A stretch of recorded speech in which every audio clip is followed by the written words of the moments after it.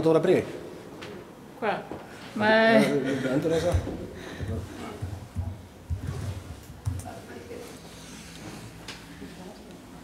Þetta batnar eitthvað við það.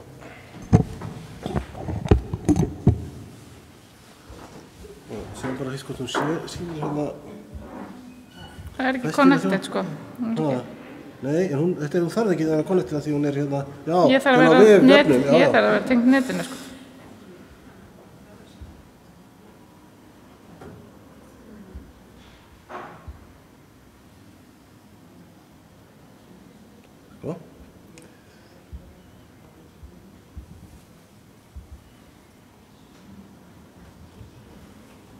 Sko? Við veitum hvað hún hérna...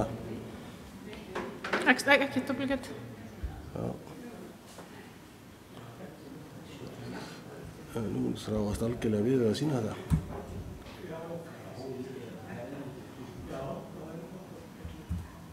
Af hverju? Ég er ekki hugmynd. Áttu að kveikja á þetta í sambandi? Þetta er bara hljóð. Þetta er hljóð. Þessi snúra hún bara í vegginn. Prófa að hengja niður í tölvunni eða þér, hvort þetta tengist tölvunni. Hengjum við tölvunni eða þér, sjá hvað það... Já, ég er ekki með svona. Svo áttu bara með svona í staðinn. Já. Býttu ég vel, stóka þetta undan. Jú, það missi ég svona bara sjá. Sjá bara hvort að þetta hefur nokkur áhrif. Ég er með aðra hérna. Ó, ok.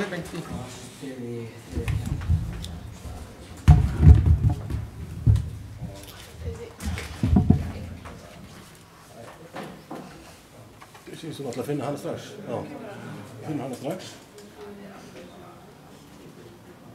Og bara stinga kubbrum í hana. Hvað gerir við helst kubbinu?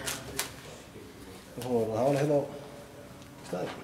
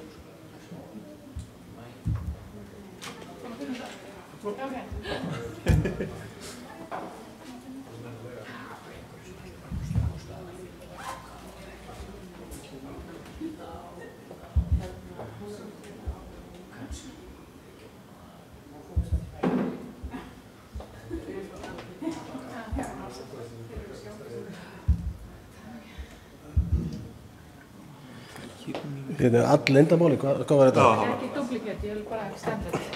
Það er ekkert víst hún hérna bjóð upp á það. Hæ? Ekkert víst hún bjóð upp á Maður það. þarf að gera það. Svona. Og sjáum til hvort hún vill það. Já, ekki standard. Já. Nei, sýnum hún ekki. Jú, ekki bara síðan að presenta. Prófaðu hvað það gerir það.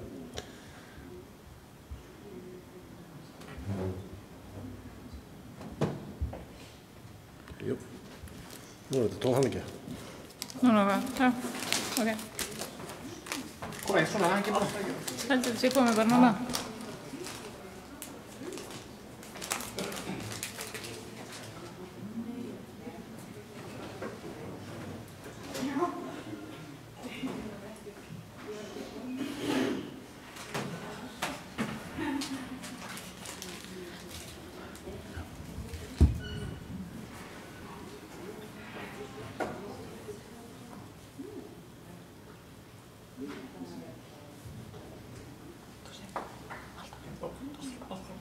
Allt klárt.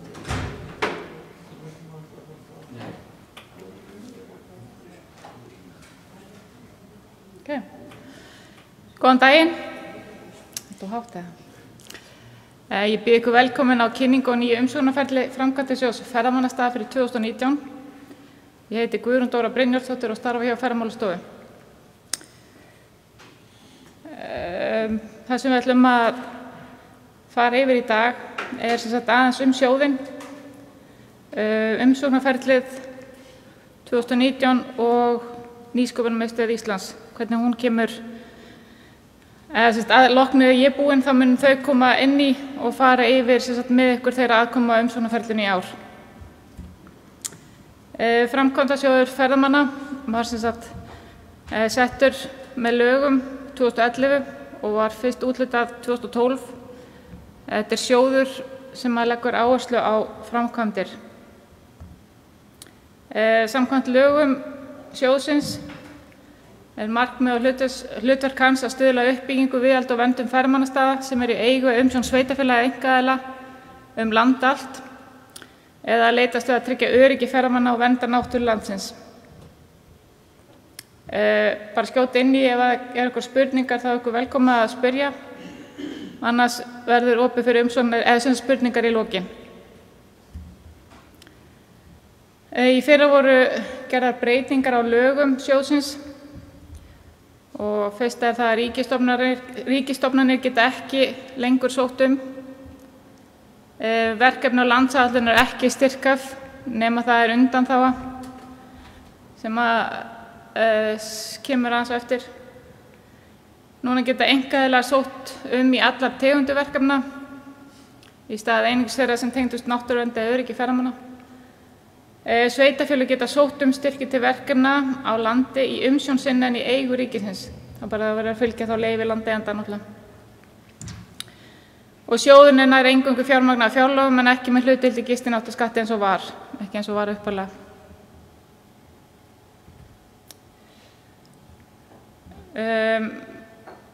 Í framhaldinu af nýjum lögum var ný reglugerð.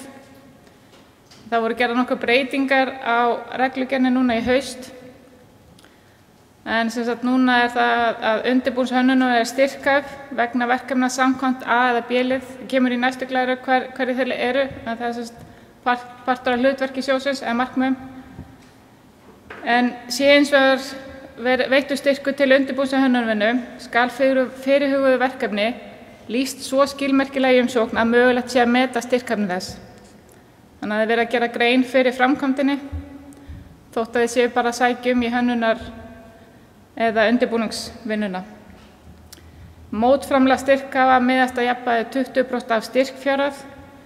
Þannig að miðað þá styrkfjárhæð sem þið óskið eftir eða umbeðið styrkkaupið í umsóknarferli, það er 20% viðbót við það.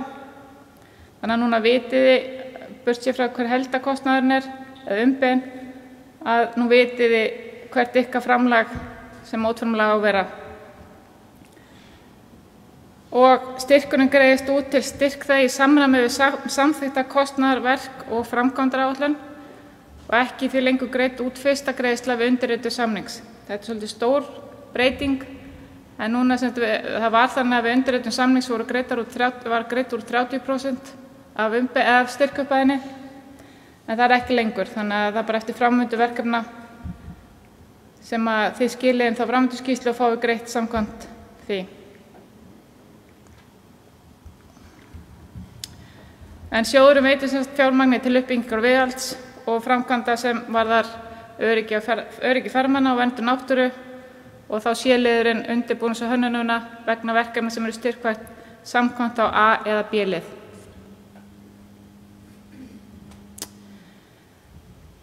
Sjóðnum er ekki heimilt að veita framlög til rekstrarkostnaðar mannvirkja, náttúruverndarsvæða eða annarra ferðamannastaða, veita fjármagni til verkefna sem þegar er lokið,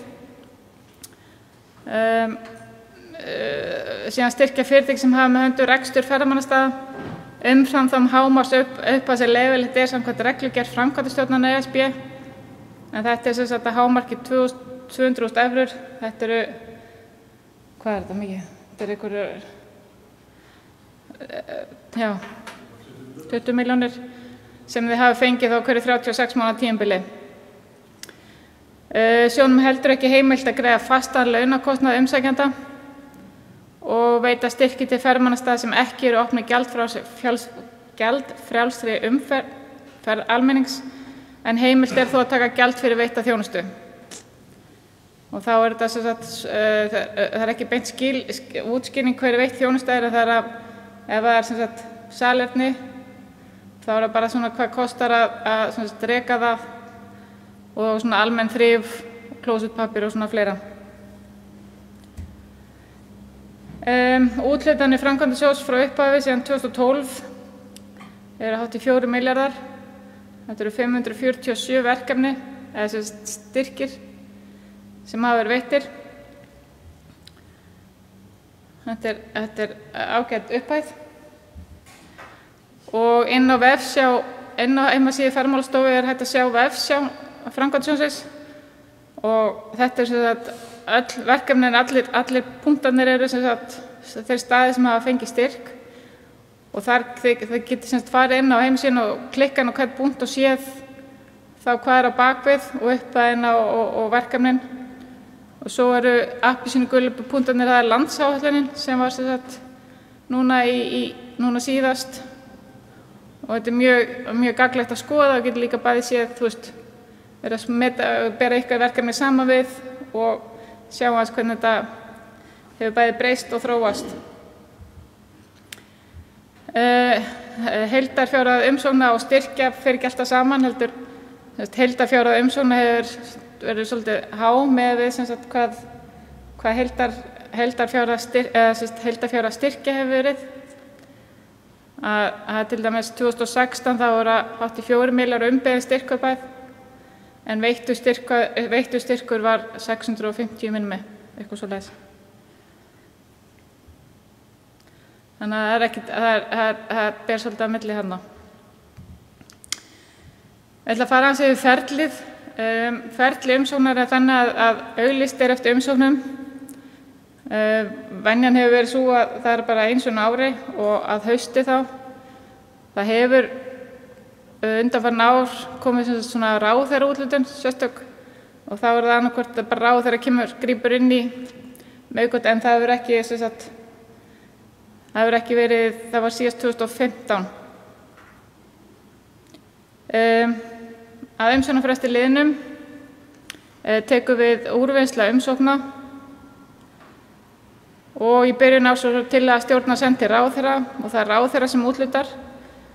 Í framhaldinu eru gerðir samningar verkefni sem hafa fengið styrk, verki unnið af styrkþega, framvindu skýrslu skilað af styrkþega við á og lokaskýrslu skilað og þá verkefninu lokið. Þetta er svona ferli sem bara í mynd.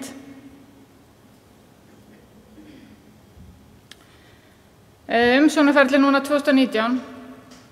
Inn á heimasíðu Ferðamálastofu má finna upplýsingasíður umsóknir. Það er hægt inn á framkvæmdasjóður og það er mjög gagnlegt fyrir ykkur áður en þið farið í umsóknina sjálfa að lesa vel yfir þessa síðu og þarna kemur fram hvað er styrkhæft, takmarkanir á styrkveitingum og svo meira þessa úthlutun núna 2019. Aðrar áherslur og ábendingar til umsækjenda. Það er engin sérstök áhersla frá ráðherra í ár. Í fyrra var það að fjölga ferðamannastöðum, dreifa álagi, en það stendur samt ennþá í reglugerðinni og lögum. En þetta var sérstök áhersla í fyrra hjá ráðherra en það er engin núna. Heldur frekar verið að leggja áhersla á bara að þið vandið umsóknir og vinni vel og að umsóknir og þess vegna er Nýsköpunarmiðstöð með okkur í ár. Og vonandi að umsækjendur geti nýtt sér þá þjónustu. Og síðan er umsóknarferli sjálft. Þannig að þessi síða veitir allar helstu upplýsingar og þarna er líka gott að skoða lögin og reglugerðina, kynna sér það vel áður en byrjaðar umsóknareyðublaðinu sjálfu svo það getur svarað mörgum spurningum. En umsjónarblaðið hannað með tillit til gæðamatsins. Það spyr lykilspurninga fyrir gæðamatið. Það gefur kost á byggjendur og rökstyðja fullyrðingar í umsókn og lykillinn að úthlutun verkefni er mikilvægt á annað borð. Þannig að það ykkar komið að það skiptir miklu máli að þið vandið umsóknar, þannig að það skilir sér til okkar, til stjórnar. Í umsóknareyðublaði skal gera grein fyrir hver sækir fyrir reynslu af verkefnum tengdum markmiðum sjóðsins, hvert verkefnið er með hnitmiðaðri lýsingu, kostnaði verkefnið, hvernig það skiptast á aðila ásamt verk og eða tímaáætlun. Núna varðandi tímaáætlun og áfangaskiptinguna, að núna heimilt að dreifa verkefninu á næsta ár. Það er ekki að ljúka í desember, þannig að þið getið, en það er bara í áfangaskiptingu að það kemur bara hagið við september, október, nóvember, desember og svo janúar, febrúar, mars þá 2019. Og svo þá tengslverkefni við þætti sem eiga við hverju sinni eins og innvið og uppbygging, náttúruvernd, öryggi, ferðamanna og sjálfbærni. En þetta er allt spurningar sem við yfirferð umsóknarna. 2018. Já, það var í september, það var verið að spyrja, það var að meina þegar með áfangaskiptinguna, það var kannski eins og núna þið að sækja núna? Já, þið fáið næsta, 2019 til 2020, rétt? Já, það er rétt. September, október, nóvember 2019 og svo 20. Það líður alltaf rætt. Fylgiskjöl. Ef sótt styrk fyrir byggingu mannverki eða annarra leyfisskyldra framkvæmda þá verður samþykkt deiliskipulag, fullnaðarhönnun eða framkvæmdaleyfi að liggja fyrir. Og þetta er mjög mikilvægt. Ef verkefni byggjar á deiliskipulag þá verður deiliskipulag að leggja samþykkt fyrir með ekki nema þið getið auglýst það vel í umsóknareyðublaðinu að það er í ferli og því lýkur eftir mánuð og það er alveg greinlegt að því mun ljúka. En annars hafa verkefni hafa tafist út af því að deiliskipulag er ekki samþykkt og styrkir geta verið kannski 2-3 ár í kerfinu út af því að það er ennþá verið að vinna deiliskipulagið. Ef sótt síðan styrki til skipulags- og hönnunarvinnu eða undirbúningsrannsókna þá þarf að fylgja skrifleg umsögn sveitarstjórnar eða skipulagsfulltrúa viðkomandi sveitarfélags. Umsögnin, þessi fylgiskjöl er að finna inn á upplýsingasíðunni umsóknir. En þarna er átt við að ef viðkomandi er að vinna deiliskipulag í landinu sínu að hann fái þá umsögn hjá sveitarfélaginu að þessi hönnunarvinna samræmist þeirri hugmyndafræði í sveitarfélaginu uppbyggingu ferðaþjónustu. Síðan er mjög mikilvægt að upplýst samþykki landeiganda og eða umsjónaraðila staði að svæða sé fylgi með. Að oft hafa verkefni líka stranda út af því að leyfi landeiganda liggur ekki fyrir og verkefni getur farið í strand út af kannski stríði milli landeiganda.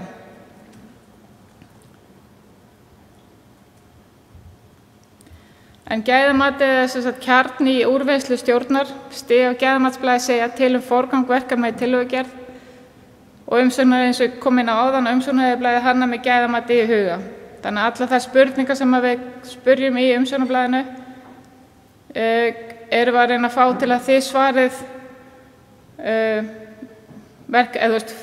þannig að við kynnumst verkefninu gegnum ykkur. Þess vegna skipt svo miklu máli að þið vandið vel til verka og að geri skýrt grein fyrir þeirri framkvæmd sem fyrir þau er. En þetta er, ég veit ég sjáu þetta ekki, en þetta er gæðamatsblaðið. Þetta liggur fyrir inn á eins og síðunni upplýsingasíðunni umsóknir 2019. Þetta gæðamat Gjafamálsblað þar og þið getur skoðað þetta vel. En þetta sem sagt svona lykil þátturinn að við erum sem sagt að flokka núna verkefnin í 1 og 2. Að 1 þá ferðamannastaður, það sem sagt verið að meina þá ný þjónusta eða bara þjónusta eða aðstaða. Verkefni á stað sem ekki nú þegar skilgreindur sem ferðamannastaður en viðkomandi hefur áhuga að gera hann að slíkum. Eða þá ný þjónusta eða aðstaða og þegar skilgreindur ferðamannastað ef framkvæmdin mun bara auka afköst staðarins eða svæðisins. Þetta svona stærri verkefni. Þetta leyfi landeiganda, byggingafulltrúa, þetta getur deiliskipulagsskylt, framkvæmdaleyfi átt við svona meiri, þetta svona stærri verkefni. Síðan að 2 þá sem sagt náttúruvernd og öryggi á ferðamannastað. Liður 1 kemur náttúrulega inn á náttúruvernd og öryggi líka.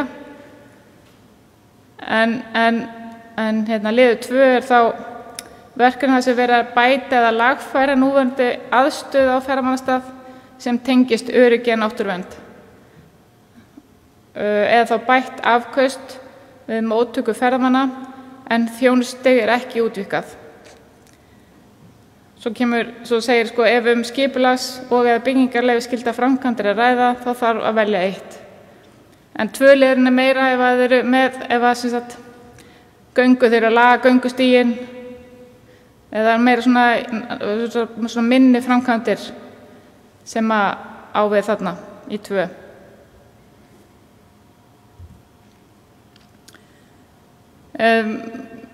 Þegar sótt þá sótt á rafrænni þjónustugátt ferðamálastofu. Þegar innskráningu lokið skal velja flipan umsóknir og síðan umsóknir styrkja úr framkvæmdasjóði ferðamálastaða. Undir liðinu framkvæmdasjóði þetta sem sagt innskráningu bara að sýna fólki að það verða svo bara rafrænt skilríki eða íslykil og síðan uppi hægra megin í horninu standa umsóknir og þá kemur sem sagt umsóknarflipi og umsóknarstyrki til framkvæmdasjóðs ferðamálastaða og þið sjáu þarna að það kemur rauð dotta fyrir aftan og þetta þarna ef þú ert með sem sagt umsókn í vinnslu, ef þú ert búin að gera umsóknir og vistar hana og þá kemur svona rauður depill fyrir aftan en þú getur bara unnið eina umsókn í einu. Þú verður bara að klára hana ef þú ert kannski sækja 2 verkefni eða 2 framkvæmdir og þá verður sem sagt að klára eina umsókn, senda hana og búa til nýja. En umsóknarferlið Halldór okkar starfsmaður á ferðamálastofu líka og bjó mjög flott myndband þar sem farið vel yfir hvernig á að fylla út umsóknarefnið og ég hvet ykkur eindregið til að skoða þetta vel áður en þið byrjið. Þarna eru svona helstu leiðbeiningar, útskýringar við hvern þátt og á að svara svona flestum spurningum. Annars nýsköpunarmiðstöð eða ferðamálastofa alltaf hægt að ná í okkur. En svona í lokin áður en Sigurður kemur af þá ætla ég að sýna ykkur nokkrar svona áhugaverðar framkvæmdir. En ég minna á að styrkir eru veittir í verkefni en ekki staðina sjálfa. Stórurð Dyrfjöll fekk umhverfisverðlaun ferðamálastofu 2016. Þetta byrjaði með hugmyndasamkeppni og þetta var unnið mjög vel frá grunni og skilaði sér vel. Og þetta er salerni öðrum megin og svona upplýsingaveita hinum megin. Auðvitað koma alltaf vandamál líka, þetta er ekki alltaf allt fullkomið þótt þetta, minnir að salerni hafa verið þarna of lítið eða annað gert, en það geta alltaf komið upp svona vandamál líka eftir á. Síldarminjasafnið á Siglufirði fekk umhverfisverðlaun ferðamálastofu 2017, en þetta var frágangur við svæðið utan. Þetta var að klára, þetta var ekki hár styrkur, en það var svona klára og fínbúsa svæði þannig að fjalli vel að bara því sem var fyrir þessi staurar og hvernig næra að ramma þetta vel inn. Eldgjá og Fjallabergsleið, þessi pallur fekk styrk hérna 2012-2013 eða 14, já. En hann sem sagt einstaklega fallegur hérna og fellur vel að án þess að vera of áberandi. Bjarnafoss í Staðarsveit, þarna voru sem sagt ferðamenn farnir að stoppa upp í hlaðin á bændunum og löbbuð upp að Bjarnafoss sem sagt í ákveðinni vindátt þá fer fossin, fíkur hann upp einhvern veginn og hérna Hótel Búðir fyrir neðan og þetta ofboðslega falleg sýnan uppi þannig að þeir unnu með sem sagt sveitarfélaginu, Hótel Búðum og bændurnir og gerði þennan stíg sem að liggur sem sagt frá og gerði nýtt bílastæði sem liggur á milli bílana og upp að sem sagt ekki allarlega fossinum en svona meirpartinn og fellur vel að landi og hérna vel heppnu framkvæmd. Reykjanesjarðvangur Brimketill, það hérna sem sagt pallur sem var byggður þarna út á klettana til að sýni vel ofan í hérna ketillin sem ég veit ekki hvort ég hafi séð þetta en ég var bara annan daginn og mjög skemmtilegt og líka fyrir hérna alla aldurshópa. Endurbætur á umhverfi Goðafoss síðustu ár, eiginlega frá upphafi, hafa verið veittir styrkir í endurbætur á umhverfinu og hafa verið vel heppnað. Þarna kemur hönnun og skipulag inn í líka og nær að byggja upp umhverfi þannig að geti tekið á móti þeim fjölda ferðamanna sem þarna koma. En varðandi sem sagt í náttúruverndinni þá talaðum sem sagt í geðmatinu þá talaðum afturkrafar og óafturkrafar skemmdir á náttúrunni. Aðeins inn á það en sem sagt afturkrafar skemmdir eru hérna til dæmis eins og gras. Þetta er ekkert mál að laga þetta bara með því að þökuleggja eða sem sagt bæta í stíginn.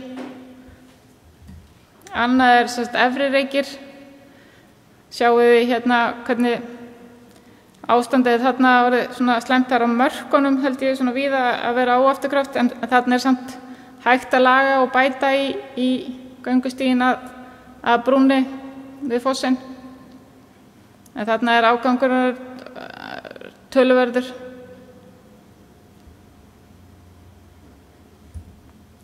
Óafturkræfa skemmdir. Ég veit ekki hvort þið sjáu það nógu skýrt en það er hérna Fjarðargljúfur. Það var komið rof í hérna svörðinn og þarna þarf bara að taka þetta allt upp og annaðhvort að setja það nýtt undirlag og gera frá grunni. Það er erfitt kannski að laga eins og ástand er. Og svo við Gljúfrabúa við Seljalandsfoss að þetta er sem sagt þetta mosi sem að liggur upp á klettunum og þarna er fólk að príla í en það sem er átt við óafturkræfa skemmdir er að þetta tekur svona mannsævi að laga sig. Þannig að vera með svona 80 ár sem en ef við myndum til dæmis eins og við Gljúfrabúa ef við myndum vera að myndum ykkur annarkvæmt landvörður eða vel afgirt þannig að fólk geti ekki klifrað upp þá myndum við hægt að vera að stoppa þessar skemmdir eða reyna að koma í veg fyrir þær. Síðan annað bæta öryggi. Það er eins og nýlegt dæmi sem ég var annað daginn við Seltún og þarna er náttúrulega hverasvæði og þótt að megi alveg gera víða betur en þarna er allavega að reyna að leiða fólkið sem ég held að sé 200-300.000 sem stoppa þarna á hverju ári að leiða þau þannig að þau slasi sig ekki. Að það var að reyna að gera það af og gera göngustíga þannig að þau labba svæðið án þess að ferðamaðurinn slasi sig. göngustígar, dæmi, þetta Svalþúfa og Snæfellsnesi. Það sem ég er að sýna ykkur hérna til dæmis með EcoGrid hefur verið vinsælt efni í göngustíga. En þarna það sem maður þarf að gæta vel að það er ekki sama EcoGrid og EcoGrid. Það er spurning hvernig undirlagið er og hvernig þetta er unnið líka sem maður þarf að gæta vel að. Skilti, skiltahandbók sem er inn á upplýsingasíðunni er að vitna í svona það sem að fólk getur tileinkað sér, en þarna er skilti samkvæmt skiltahandbókinni. Hvet ykkur til að skoða það ef að þeir eru að hugsa svona öryggisskilti eða upplýsingaskilti. Þetta er enda á þessu, en þetta er nýr pallur sem að ég fekk frá henni Ínu daginn. Þetta er kolugljúfur og það er í vinnslu núna styrkur þar og þetta er nýleg mynd. En annars þakka ég fyrir og ég ætla að bjóða Sigurð og Selmu velkomin að fara yfir þeirra hlutverk kemur að leiðbeiningu úr framkvæmdasjónum. Gjörðu svo vel.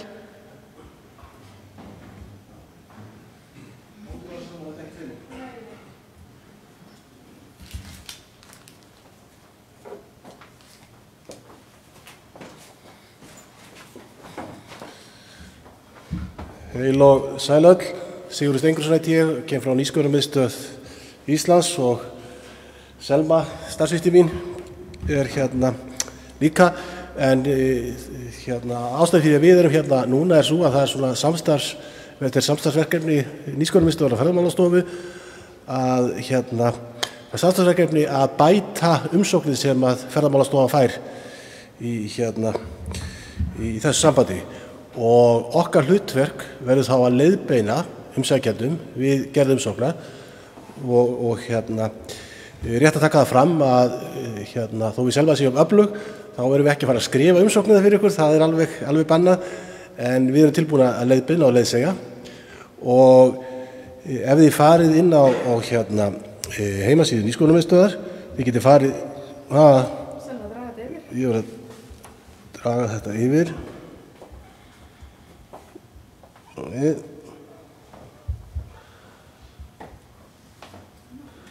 Þetta ekki sýna þetta.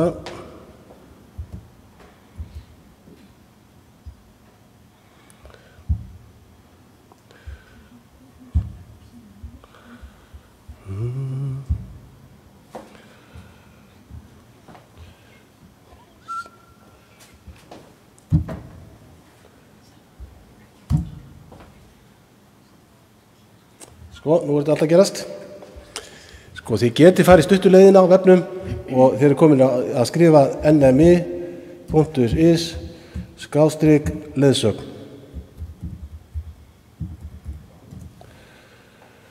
Og þá dettið inn á svæði hjá okkur þar sem að þið getið óskað eftir leiðsögn. Og þetta kemur meðal annars að Nýsköpunarmiðstöð veitir leiðsögn við gerð umsókna í sjóði. Og aðeins neðar þá skráið þið bara nafn og netfang og símanúmer, einhvern veginn sem við getum haft samband við ykkur, og hér er þetta að haka við hvað sem þið eruð að leita eftir, eins og til dæmis aðstoð við umsóknir í framkvæmdasjóð ferðamálastaða. Það er mjög gott að skrolla þetta aðeins niður og segja bara í stuttu máli fram í því. Þetta stendur vísu hver er viðskiptahugmyndin, segið bara hver er spurningin, hvað er sem óskið eftir. Það auðveldar okkur og þá getum við undirbúið okkur betur til að svara ykkur.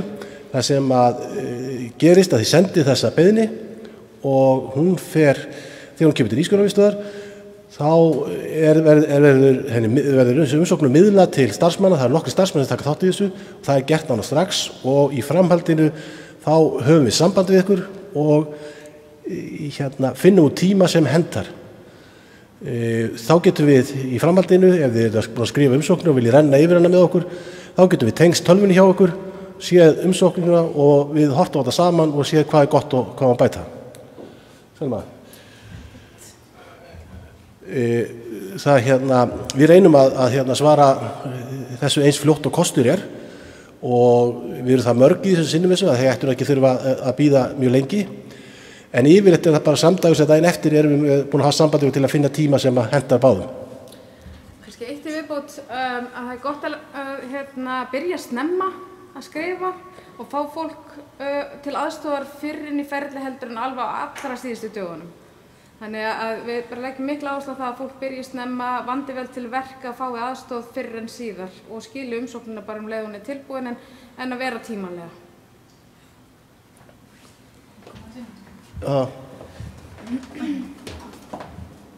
Kom inn á eitt að umsóknarfrestur til miðnættis 28. október. Það er sunnudagur og þannig eins og hún kemur inn á Selma að vera tímalega, þannig að það séu kannski ekki helgina öll í patti og þannig að þetta sé svona á bara venjulegum tímum. Ekki? Jú, ég hef stundum sagt í þessu sambandi frá því að fyrir nokkrum árum var verið ýmsir að sækja í verkefni átak til atvinnusköpunar og það var eins og í öðrum svona sjóðum allir að bíða fram á síðustu mínútu að skila þess inn.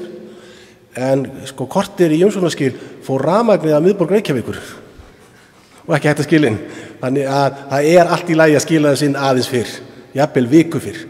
Hvet ykkur til þess að byrja bara strax, einhenda ykkur í þetta og leita leiðsagnar, hvort sem það hjá Ferðamálastofu, Nýsköpunarmiðstöðvar eða öðrum sem geta komið að þessu og vera bara tímanlega í þessu. Þannig skiliði meiri líkur skilið góðri umsókn og fáið styrk. Það sem verst þegar menn skila á síðustu mínútu og geta þá hafa ekki tíma til að vanda umsóknina eins og kostur Og líka með öll fylgiskjöl sem þurfa að fylgja umsóknunum. Það er mikilvægt að þið séu með þau öll tilbúin, til dæmis þegar að vinna umsóknuna að það sé búið að vista þau á tölvuna ykkar og þau séu tilbúin þannig að þið lendi ekki í vantarleyfi landeiganda frá umsókn frá sveitarfélaginu eða kostnaðaráætlunin, allt svona þannig að þið skili umsókninni og svo er búin að haka við, kannski í lokin á ekki við fylgiskjölið og við sjáum greinilega í umsókninni að ávið, það vantarleyfi landeiganda. Það getur haft ekki slæm áhrif á umsóknin ykkar.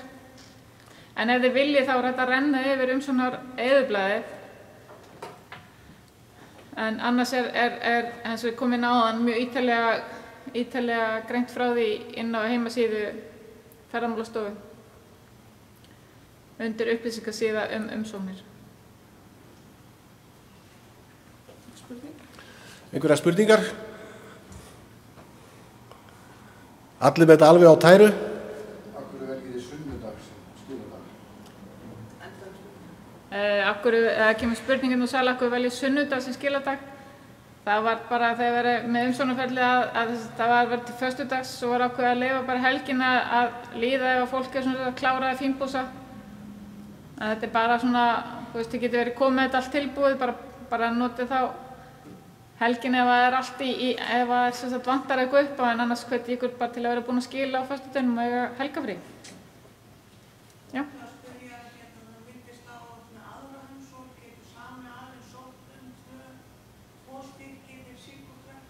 Já, það verið að spyrja ef það verið með 2 umsóknir getur sami aðilinn sótt fyrir sitt gott verkefni. Já. 2 aðilar? Nei, 1 aðili í sitt gott verkefni. Já, þú getur náttúrulega verið með nokkuð verkefni í gangi eða framkvæmdir. Já, en það er bara verður að klára einu umsókn, senda hann inn og svo búa til nýja.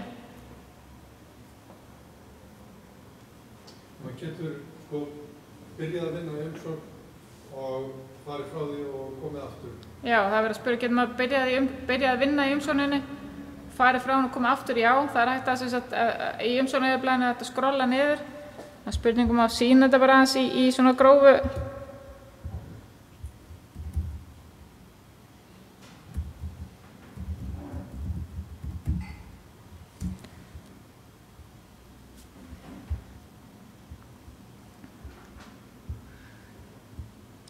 Á ég að opna inn á þitt bara eða? Bíldóknum mitt, það er nú tóm. Já.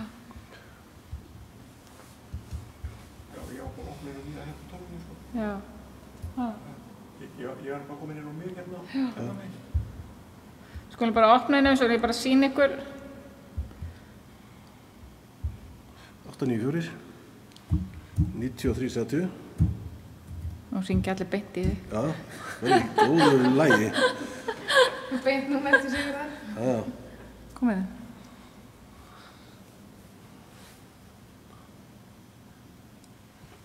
En það sem sagt hægt að fara í sem sagt, sést þetta ekki alveg? Það sem sagt hægt að fara í umsóknina. Og sjáu þið bara cirka bátar, það sem er rauðmerkt, það er sem sagt mikilvægt að þið haki við. Það sé haki við, hérna að þið hafa kynnt ykkur lög og reglugerð, eins og ég kom inn á þann. En sem sagt þegar þú ert búin að fylla út í umsóknina, bara skrolla bara beint aðeins, hérna, þá er hérna hægt að vista umsókn.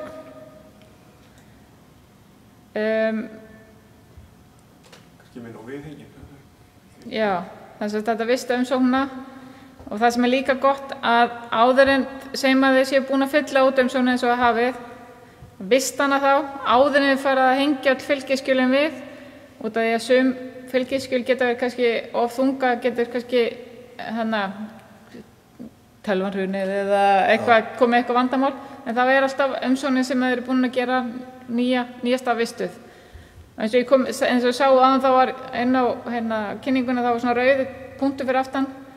Ég var bara með pröfu af umsókn og þá kemur svona sett, ég er búin að vista eins og þá kemur svona rauði punktur fyrir aftan að ég er með umsókn í ferli, eða sett í vinnslu. Það er líka rétt að taka það fram að það er mjög erfitt að eyða umsókninni. Þeir eru þráspurð hvort þið allir örugglega yfirgefa svæði, þannig að það er erfitt að koma þá afsökun hérna rétt á skiladegi.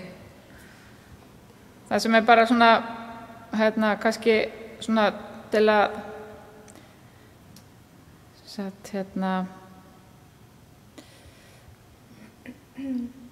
varandi svona sem er kannski svona stærsta í þessu, að það er flokkun umsóknunar, að hérna getið þið bara valið sem sagt 1 eða 2 og ef ég til dæmis ætla að velja 1 þá spyr hún mig, ertu vissum að velja 1, sem sagt ný þjónusta, ekki hægt að breyta vali eftir. Þannig að ef þið eru búin að gera og hakið við 1 og svo fattið þið bara, nei, þetta er bara, þetta er sem sagt, ég bara að laga smá göngu, eða bara að laga göngustíginn og ég er að bæta hann þannig að geti bæta hans þjónusta, að þá get ég ekki sem sagt farið tilbaka og gert númer 2. Þá þarf ég að sem sagt, bara að loka umsókninni, senda hana og bara búa til nýja.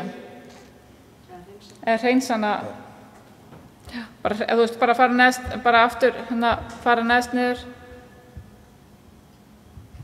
og hreinsa umsókn, rauða.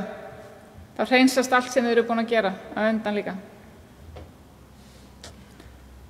Og ég held að sé aldrei of oft myndi á það að vista mjög ört og ótt og títt. Það getur rofnað sambandið, það er bara tæknilegt atriði, jafnvel ég veit ekki af því. Sumir eru með umsóknina að opna og vera að gera eitthvað annað í bland og svo allt í einu hefur tengingin rofnað og því haldi ég bara áfram að skrifa á eitthvað og það vistast ekki. Eða ekki hægt að vista það, þannig að bara vista á ótt og títt. Vantarlega er einhver tímamörk líka hvað hún getur verið opið lengi. Þekki það samt? Það gæti verið. Heyrst þetta, ég segi þetta. Nei, gaman.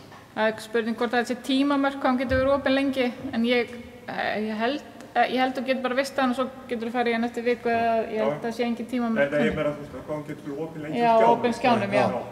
Það er yfirleitt með svona forrit að þá er takmarkuð tími sem að þau eru tengingin er. Já, það er bara. Þetta er svona öryggisatriði hjá þjónustöðalunum. Já, það er líka bara með íslíkilinn, það er non-stop. En það sem er eitt líka kannski nýtt hérna er að við óskum eftir mynd eða kort af umræddu ferðamannastað eða svæði.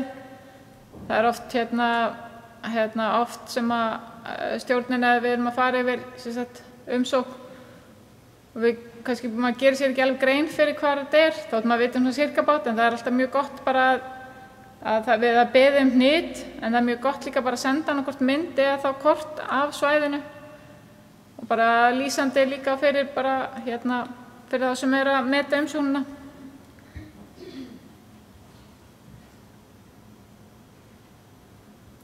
En það er sem sagt nýtt að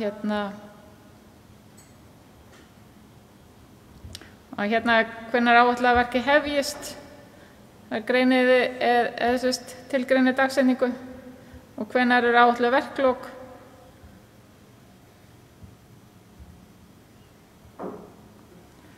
Og svo svona bara varðandi umsækjandan að það getur verið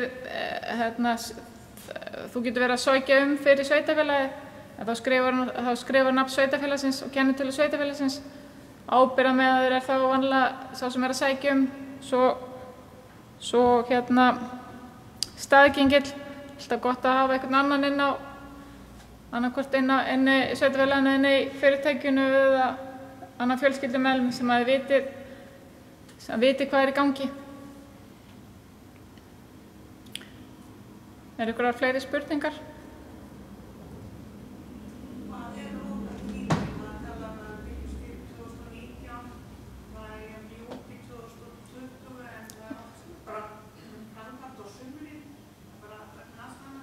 Já, það er eins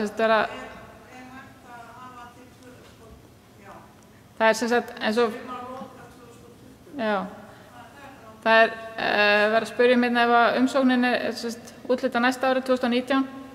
Verkefni gengur á 2020 og oft verður verkefnin ná ekki klára á þessum tíma, það geta oft dregist, en þá er það að sækja fráviksbeiðni. Það er það að senda inn upplýsingar af hverju verkefni ekki að klárast og gera grein fyrir því bara frávikinu, og oftast það geta oft komið upp erfiðar aðstæður. Það getur verið einmitt frost í jörðu eða snjóa snemma, erfitt að fá verktaka. Við þekkjum, það eru mörg vandamál, við þekkjum þau, mörg þeirra en það geta alltaf komið upp eitthvað, þannig að það er alltaf geta alltaf tafist, þannig að það er bara að gera að vera upplýsandi og hafa samband við okkur og við vinnum þetta bara saman og einmitt segja, bara sækjum fráviksbeiðni og þá er það tekið fyrir hjá okkur. Og ef þetta er þannig eðli,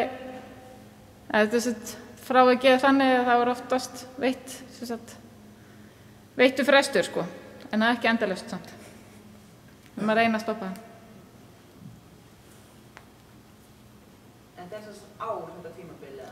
Já, það var að spyrja, er þetta ár þetta tímabili? Já, það er verið að miða við þú ert að fá eins og núna, þá erum við í umsókninni núna 2018, þá var styrkur veittur í vor og við komum á að skila lokaskýrslu í desember.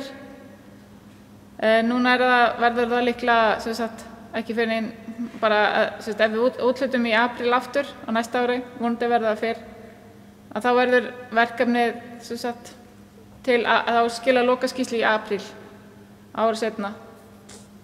Við erum að reyna bara að það getur oft verið erfitt að finna verktaka og gera verkefnið bara á þessum stutta tíma sem við höfum til sem framkvæmda og líka í öllum ferðamannastraumunum akkúrat sem að kemur þá, þannig að það er alltaf verið að reyna að gera þetta, bæta þetta og gera þetta auðveldara líka fyrir umsækjendur.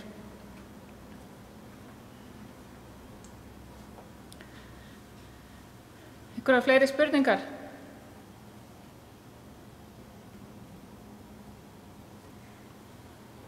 Ég hvet ykkur bara þegar þið farið að fylla inn í umsóknina, þá eru leiðbeiningar hvað á að vera á hverju svæði. Þetta er ekkert mikill texti, þetta eru 500 stafir eða svo, þannig þið skulle endilega vera gagnorð og nýta þetta vel og gæti ykkur því að vera þá að skrifa það sem beðir á viðkomandi svæði. Ekki fallið þá gildur ef maður þekkir einn þátt í verkefninu sínu rosalega vel að vera alltaf að tala um þann þátt hvað sem er í umsóknarforminu. Þetta er svona algengt að við sjáum þetta í umsókninu og nýsköpunarmiðstöð til dæmis.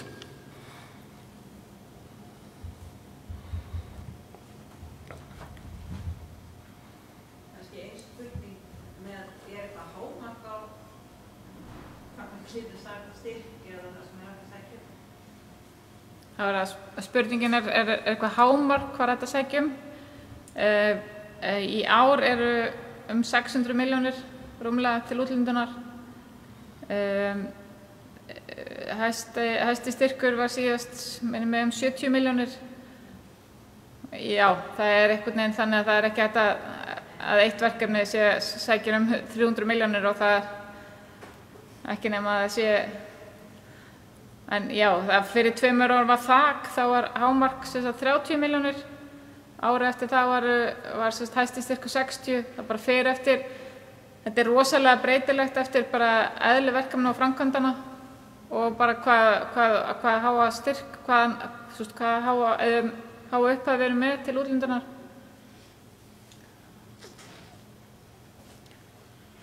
Í þessu sambandi náttúrulega mikilvægt að umsóknir séu bara trúverðug. Það sé ekki bara talan heldur það sem verið að gera, það sem að bakvið að það harmonir við það sem verið að sækja Því að sérfræðingar hjá Ferðamálastofu þeir eru fljótir að sjá í gegnum það ef þetta passar ekki saman. Þess vegna líka þetta áfangaskiptingin. Þið getur verið með stærra verkefni sem kannski mjög dýrt. Og þið getur áfangaskipti að þeir sækja bara í fyrsta hlutan, fyrsta áfanga núna. Þannig að þeir bara sækjum kannski í undirbúningu á hönnunina. Svo næsta ári ætla að sækjum aftur. Það geta endilega garanterið þið fáið þá styrk en það allavega þannig að við sjáum bara verkefnið, hvernig þið vinnið verkefnið, þið hugsið þetta sé svona pínu undirbúningun svona, þið séu byrja að vinna verkefnið að einhverju leyti.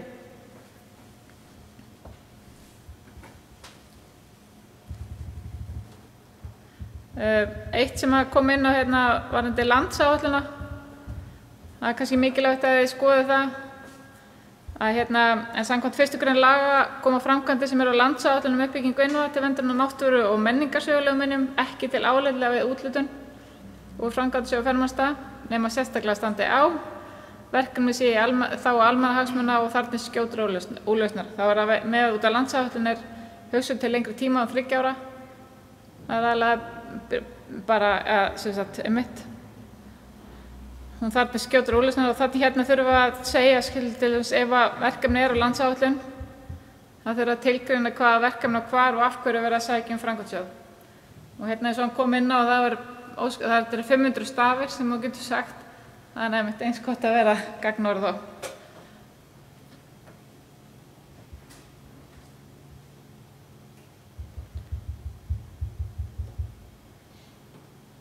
Styrkaverkefni,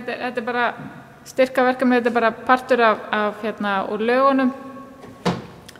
Að getur að haka við A og C eða B og C. Þú getur ekki að haka við bæði A, B og C. Eða sérst allt.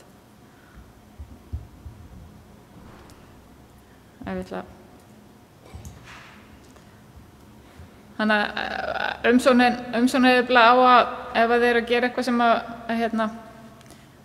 við viljum ekki, þá á hún að segja ykkur frá því, þannig að þið eigi að geta. Og svo oftast þá texti undir, heiti verkefnisins stuttnýtt var lýsandi, verkefni í hnotskurn, stutt lýsing á verkefninu. Þarna mjög mikilvægt að þið séu lýsi verkefninu vel og segja út af því þetta oftar að fylgja, ef þið fáið styrk, þá þetta það sem oftar að fylgja verkefninu alltaf.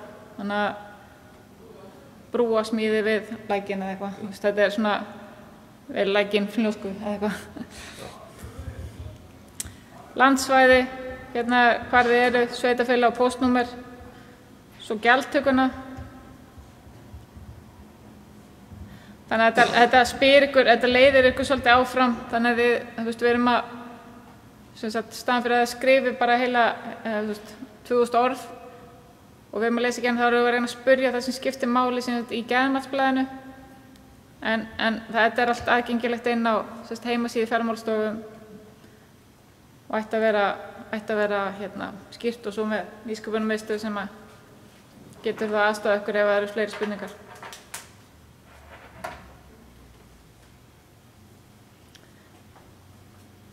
Hvað segir þið? Þetta ekki bara skýrt og jákvætt og allir spennti, svaka flott og allir byrjaðir að skrifa og senda inn umsóknir á fullu. Það ekki bara einhenda sér í að fara að skrifa? Já. En eins og segi þá ef það eru umsókn eða eitthvað spurningar eitthvað þá eru ykkur velkomin að senda póst á nýsköpunarmiðstöð eða þá á mig á Ferðamálastofu.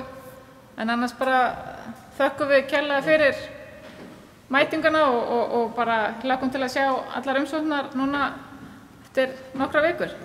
Gangi ykkur vel í skrifunum. Já, gangi ykkur vel. Takk.